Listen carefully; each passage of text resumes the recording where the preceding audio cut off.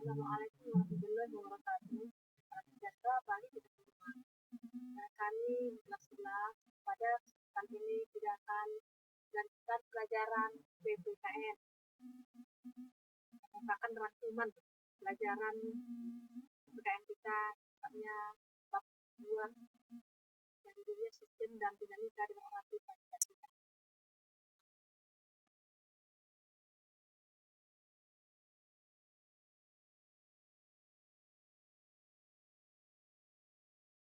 Perhatikan anak kami, di sini kita melihat ada sebuah foto. Barangkali anak kami bisa ingat. Itu fotonya apa? Kalau kalian lupa, ingatkan, kasih tahu bahwa itu adalah salah satu foto daripada mantan Presiden Amerika Serikat. Artinya, kalian sudah bisa melihat siapa namanya. Namanya adalah Abraham Lincoln. Ada apa dengan Abraham Lincoln? Apa hubungannya dengan konsep demokrasi? Kami bahwasanya mantan Presiden Amerika Serikat yang bernama Abraham Lincoln ini punya pendapat, yaitu dia mengatakan bahwa demokrasi adalah suatu pemerintahan yang berasal dari rakyat, oleh rakyat, dan untuk rakyat. Anak kami, demokrasi itu sendiri berasal dari bahasa Yunani, yaitu yang berasal dari bahasa demos, artinya rakyat, kratos atau pratein, artinya pemerintahan.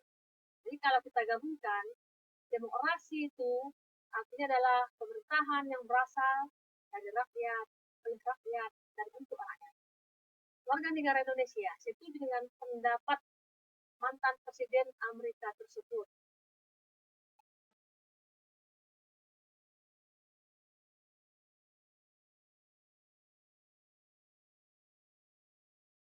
Perkembangan pemikiran demokrasi. Menurut Aristoteles, ada 3 bentuk pemerintahan yang ideal. Yang pertama, disebut namanya dengan monarki. Apa itu monarki? Monarki sama artinya dengan kerajaan, yaitu merupakan pemerintahan oleh satu orang dari sudut pandang otoritas politik yang merupakan orang yang amat suci. Bentuk ini kemudian merosot menjadi tirani atau despotik. Ini anak-anak harus ingat apa itu artinya tirani, apa itu despotik. Tirani adalah kekuasaan yang sewenang-wenang. Despotik adalah penganiayaan. Berarti suatu hal yang jelas-jelas bertentangan dengan Pancasila dan Undang-Undang Dasar tahun 1945. Yang kedua, aristokrasi merupakan pemerintahan yang dijalankan oleh sekelompok orang. Bentuk ini kemudian merosot menjadi oligarki.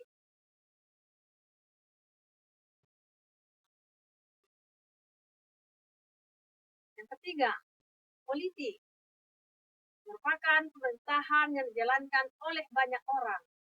Istilah politik menggambarkan pemerintahan. Karena kami, politik itu sama dengan pemerintahan, yaitu oleh kelas menengah. Bentuk ini kemudian merosot menjadi demokrasi. Ingatkan anak tadi, apa itu demokrasi? Dari pemerintahan berubah menjadi demokrasi.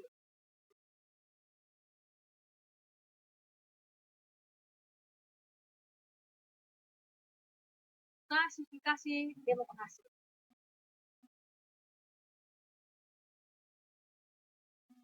Yang pertama, aliran pemikiran demokrasi maksimalis, maksimal, ya, besar, yang lebih besar, minimalis, yang lebih kecil. Model pelaksanaan demokrasi, ada yang secara langsung, ada yang secara perwakilan. Pola, ada yang demokrasi prosedural, ada yang demokrasi substansial. dan ideologi, ada yang demokrasi rakyat, ada yang demokrasi konstitusional.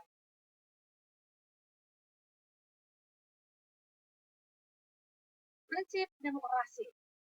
Yang pertama, menyelesaikan perselisihan dengan damai dan secara melembaga. 2. Menjamin terselenggaranya perubahan secara damai. 3. Menyelenggarakan pergantian kepemimpinan secara teratur. 4. Membatasi penggunaan kekerasan sampai minimum. 5. Mengakui serta menganggap wajar adanya keanekaragaman. 6. Menjamin tegaknya keadilan. Tentunya kami bisa paham apa maksud daripada poin 1, yaitu menyelesaikan perselisihan dengan damai dan secara melembaga.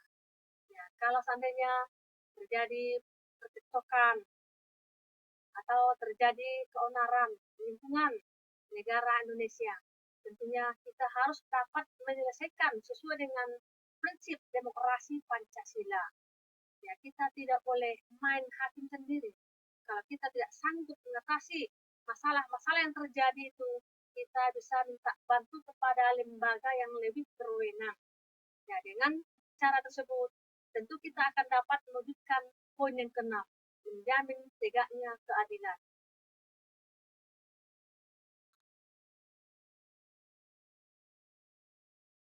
Bentuk persamaan dalam demokrasi. 1. Persamaan politik mencakup dua hal, yaitu hak suara dan hak untuk dipilih. Ya, tentunya ini diberikan kepada kita, masyarakat Indonesia, utamanya yang sudah cukup persyaratan. Kalau kita sudah berumur 17 tahun ke atas, atau sudah menikah bagi yang belum cukup umurnya 17 tahun. Ya, kalau memang sedang ada pemilihan umum, kita boleh menyumbangkan hak suara kita. Yang kedua, persamaan di depan hukum. Tidak ada diskriminasi di depan hukum. Tidak ada perbedaan, sama harkat, derajat, martabat kita semua. Yang ketiga, persamaan kesempatan. Mencakup persamaan akses untuk meningkatkan prestasi dan kemampuan yang dimilikinya. Yang keempat, persamaan ekonomi. Mencakup akses yang sama terhadap pengelolaan barang dan jasa serta upaya untuk mewujudkan kesejahteraan yang memadai. Yang kelima, persamaan sosial. Mencakup persamaan akses dalam setiap aktivitas sosial.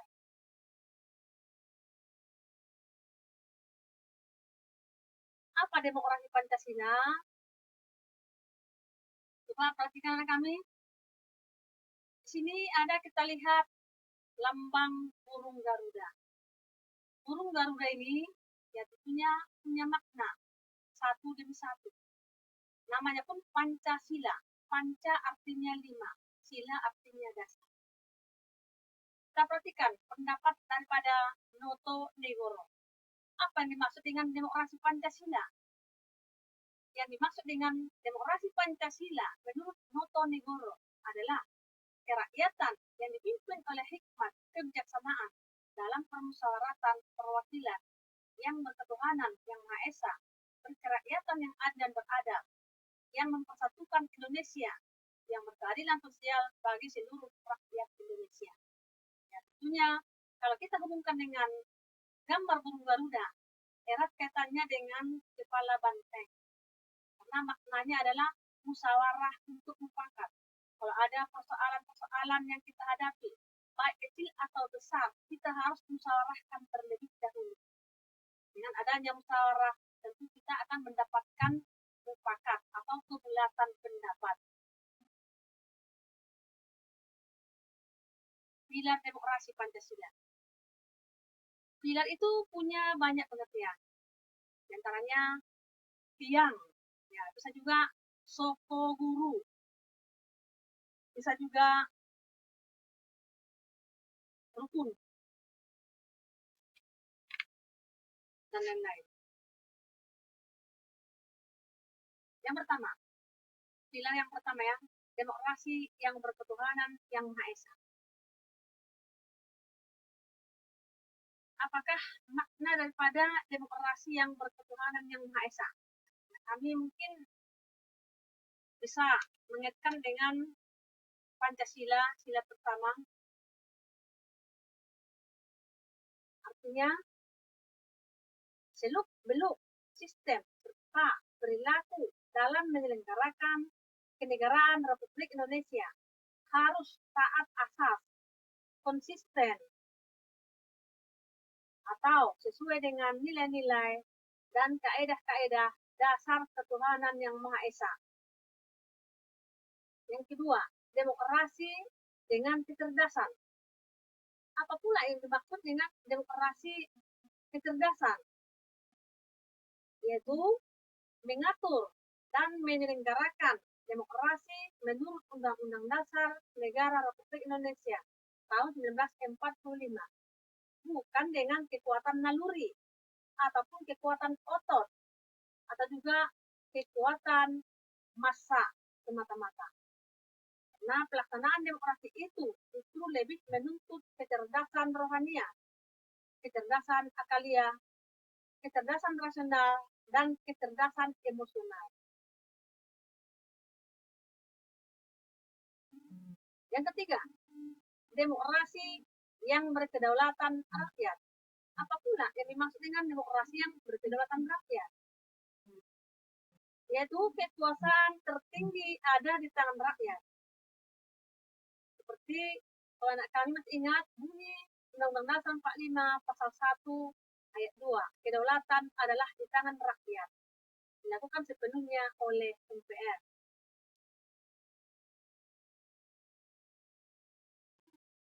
Berikutnya, demokrasi dengan rule of law. Apa pula yang dimaksud dengan demokrasi dengan rule of law? Karena kalian perhatikan bahwa kekuasaan negara Republik Indonesia itu harus melindungi serta mengembangkan kebenaran hukum atau legalitas, bukan demokrasi ugal-ugalan atau demokrasi dagelan atau demokrasi manipulatif. Kekuasaan negara itu memberikan keadilan hukum, bukan demokrasi yang terbatas pada keadilan formal dan pura-pura. Kekuasaan negara itu menjamin kepastian hukum. Kekuasaan negara itu mengembangkan manfaat atau kepentingan umum, seperti kedamaian dalam pembangunan. Bukan demokrasi yang justru mempopulerkan fitnah dan hujatan atau menciptakan perpecahan, permusuhan, dan kerusakan. Yang kelima, demokrasi dengan pemisahan kekuasaan. Apa pula yang dimaksud dengan demokrasi dengan pemisahan kekuasaan? Yaitu demokrasi yang menurut Undang-Undang Dasar Negara Republik Indonesia tahun 1945 bukan saja mengakui kekuasaan negara Republik Indonesia yang tak terbatas secara hukum, melainkan juga demokrasi itu dikuatkan dengan pemisahan kekuasaan negara dan diserahkan kepada badan-badan negara yang bertanggung jawab. Jadi demokrasi menurut Undang-Undang Dasar Negara Republik Indonesia tahun 1945 mengenai semacam pembagian dan pemisahan kekuasaan dengan sistem pengawasan dan perimbangan yang disebut dengan check and balance. Berikutnya, demokrasi dengan hak asasi manusia, yaitu demokrasi menurut Undang-Undang Dasar Negara Republik Indonesia tahun 1945 mengakui hak asasi manusia yang tujuannya bukan saja menghormati hak-hak asasi tersebut, melainkan terlebih-lebih untuk meningkatkan martabat dan derajat manusia seutuhnya. Berikutnya, demokrasi dengan pengadilan yang merdeka. Artinya, demokrasi menurut Undang-Undang Dasar Negara Republik Indonesia tahun 1945 menghendaki diberlakukannya sistem pengadilan yang merdeka atau independen yang memberi peluang seluas-luasnya kepada semua pihak yang berkepentingan untuk mencari dan menemukan hukum yang seadil-adilnya di muka pengadilan yang merdeka. Itu penggugat dengan pengacaranya, penuntut umum, dan terdakwa dengan pengacaranya, mempunyai hak yang sama untuk mengajukan konsideransi atau pertimbangan dalil-dalil, fakta-fakta, saksi, alat pembuktian, dan petitumnya. Berikutnya yang ke-8, demokrasi dengan otonomi daerah. Yaitu otonomi daerah merupakan pembatasan terhadap kekuasaan negara, khususnya kekuasaan legislatif, eksekutif di tingkat pusat, dan lebih khusus lagi pembatasan atas kekuasaan presiden. Undang-Undang Dasar Negara Republik Indonesia tahun 1945 secara jelas memerintahkan dibentuknya daerah-daerah otonom pada provinsi dan kabupaten kota. Dengan peraturan pemerintah, daerah-daerah otonom itu dibangun dan disiapkan untuk mampu mengatur dan menyelenggarakan urusan-urusan pemerintahan sebagai urusan rumah tangganya sendiri yang diserahkan oleh pemerintah pusat kepadanya. Berikutnya, demokrasi dengan kemakmuran. Yaitu demokrasi itu bukan hanya soal kebebasan dan hak, bukan hanya soal kewajiban dan tanggung jawab, bukan pula hanya soal mengorganisir kedaulatan rakyat atau pembagian kekuasaan kenegaraan. Demokrasi itu bukan pula hanya soal otonomi daerah dan keadilan hukum, sebab bersamaan dengan itu semua, demokrasi menurut Undang-Undang Dasar Negara Republik Indonesia tahun 1945 itu ternyata ditujukan untuk membangun negara kemakmuran dan untuk sebesar-besarnya rakyat Indonesia. Dan yang ke-10 adalah kami, demokrasi yang berkeadilan sosial, yaitu demokrasi menurut Undang-Undang Dasar Negara Republik Indonesia tahun 1945 yang menggariskan keadilan sosial di antara berbagai kelompok, golongan, dan lapisan masyarakat. Tidak adanya golongan, lapisan, kelompok, satuan, atau organisasi yang jadi anak emas yang diberi berbagai keistimewaan atau hak-hak khusus.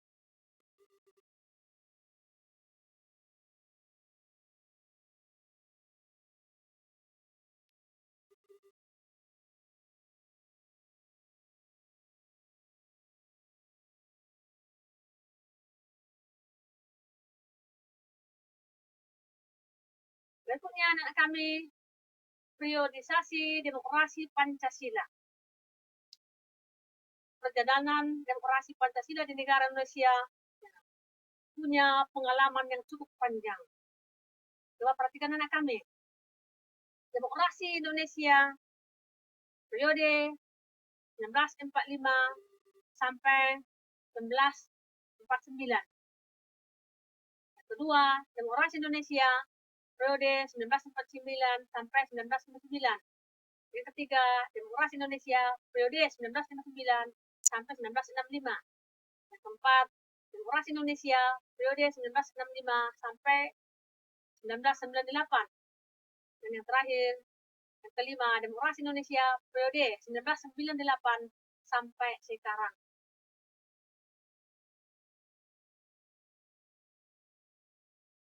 Demokrasi Indonesia periode 1945 sampai 1949. Mungkin anak kalian masih ingat bagaimana keadaan demokrasi Indonesia. Banyak terjadi kekacauan. Masih banyak hal-hal yang tidak sesuai dengan nilai-nilai Pancasila dan Undang-Undang Dasar 1945. Mengapa penting untuk membangun kehidupan yang berdemokrasi atau demokratis? Coba perhatikan kami. Ada alasan mengapa penting untuk membangun kehidupan yang demokratis. Yang pertama, karena persamaan kedudukan di muka hukum. Yang kedua, partisipasi dalam pembuatan keputusan. Yang ketiga, distribusi pendapatan secara adil. Yang keempat, kebebasan yang bertanggung jawab.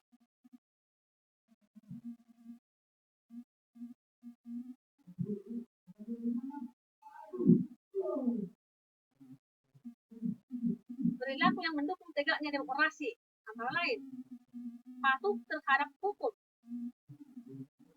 menyelesaikan masalah dengan musyawarah, menuntut hak setelah kewajiban. Artinya, sebagai warga negara Indonesia, kita sudah tahu apa kewajiban kita, apa hak kita.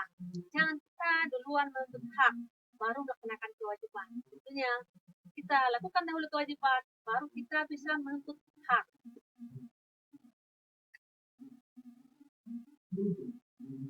Kebebasan yang bertanggung jawab, menghormati hak orang lain. Kan bisa paham? Kita boleh melakukan sesuatu, tapi kita bertanggung jawab. Dan tidak bertentangan dengan Pancasila dan Undang-Undang Dasar 1945. Menghormati hak orang lain. Ya, kita tetap berikan kesempatan kepada orang lain untuk melakukan. Apakah dia sedang melakukan ibadah, ya kita tetap saling menghargai. Barangkali sampai di sini dulu rangkuman pelajaran kita untuk berdua. Kalau ada hal-hal yang kurang jelas, silakan anak kami buat kolom komentar. Tutup dengan salam. Assalamualaikum warahmatullahi wabarakatuh.